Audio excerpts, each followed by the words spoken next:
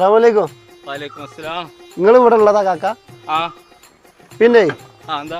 ഞാനൊരു കല്യാണ അന്വേഷണമായിട്ട് ഇങ്ങനെ വന്നതാണ്.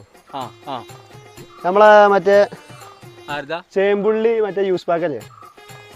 ചേമ്പുള്ളി യൂസ് പാക്ക മൂപ്പര മകൻ മുനീർ ഉണ്ടല്ലോ, ഓന്റെ ഒരു കല്യാണം ഉണ്ട്.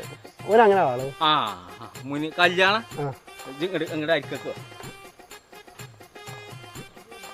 ഓന്റെ കാര്യം പന്നോടെ ഇങ്ങോട്ട് എടുത്തിട്ട് ഓന്റെ കാര്യം പന്നോട് പറയാണെങ്കിൽ കൊറേ പറയാം. നിങ്ങൾ എവിടുന്നാ? ഞാൻ ഇവിടെ അടുത്ത് നമ്മളെ ഓടമലല്ലേ, ഓടമല.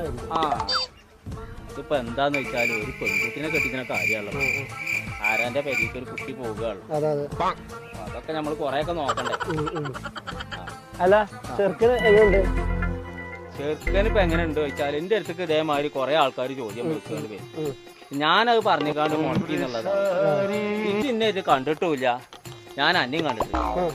ഓൻ ഇനി വൈകുന്നേരം ഞാനത് പറഞ്ഞു വന്ന് കണ്ട് കാരണം മറ്റേ ആ പുകയെ കൂട്ടിട്ട് വന്ന് കാണും ഇന്നെ പോക്കാൻ വേണ്ടിട്ട്. ഇന്നെ കണ്ടിട്ടില്ല, ഇതൊന്ന് നേരിട്ട് അന്വേഷിച്ചാളി കേട്ടോ. ഏതായാലേ മൂപ്പരെ കണ്ട് നന്നായി, കഴിച്ചിലായി. ബേബ് ചെറിയ മൂരിക്കുട്ടനാ തോന്നുന്നുണ്ട്. കുഴപ്പമില്ല, എന്നാലും നല്ലോണം തിന്നുകൂടെ. എന്തായാലും ബാക്കിയൊന്നുമില്ല. നല്ലോണം.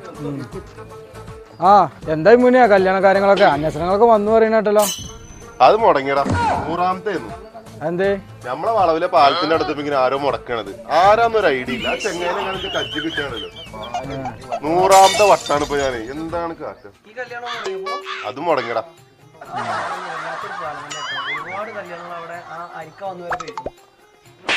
ആരാന്നൊന്ന് കണ്ടുപിടിച്ചല്ലോ നമ്മൾ.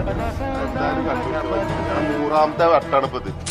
എല്ലാരും അവസ്ഥ തന്നെയാണ്. ഞാനൊക്കെ ഇപ്പൊ എത്ര പോയി കണ്ടിട്ട് ഇപ്പൊ ഒന്ന് റെഡി ആക്കി.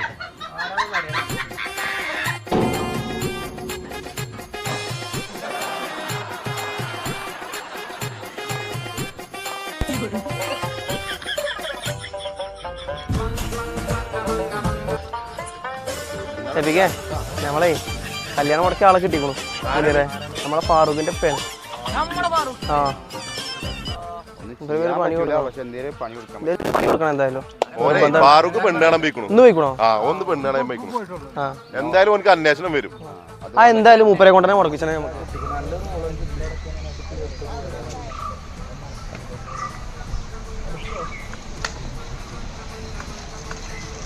പിന്നെ ഞാനൊരു കല്യാണ അന്വേഷണമായിട്ട് വന്നാണ്.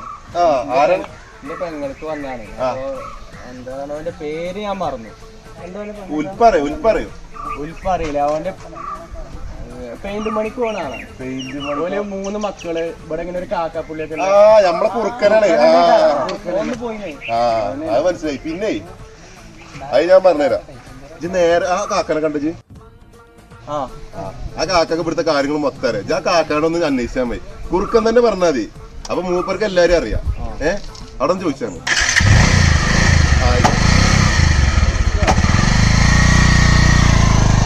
ആ കാര്യത്തിനൊരു തീരുമാനമാവും. അതെന്തായാലും സാറായി പണി എടുത്തിട്ടാണല്ലേ.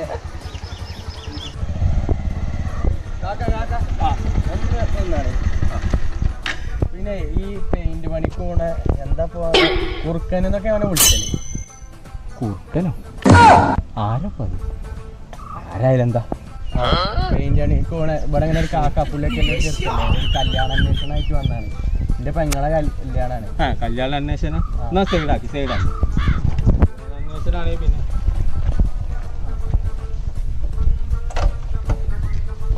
എവിടുന്ന വരുന്നുണ്ട്? ഞാന് ഈ തായക്കോടുന്നു. എന്താണ് ഇപ്പൊ എന്താ ചോദിച്ചാള് പറഞ്ഞ? ചെറുക്കൻ എങ്ങനെ ഉണ്ട് എന്നൊക്കെ അറിയാൻ വേണ്ടിട്ടേ. എന്റെ ആകെയുള്ള ഒരു പെങ്ങളാണ്. ആരാന്റെ പെരീക്ക് ഒരു കുട്ടിനെ കൊത്തുപിടിയല്ലോ.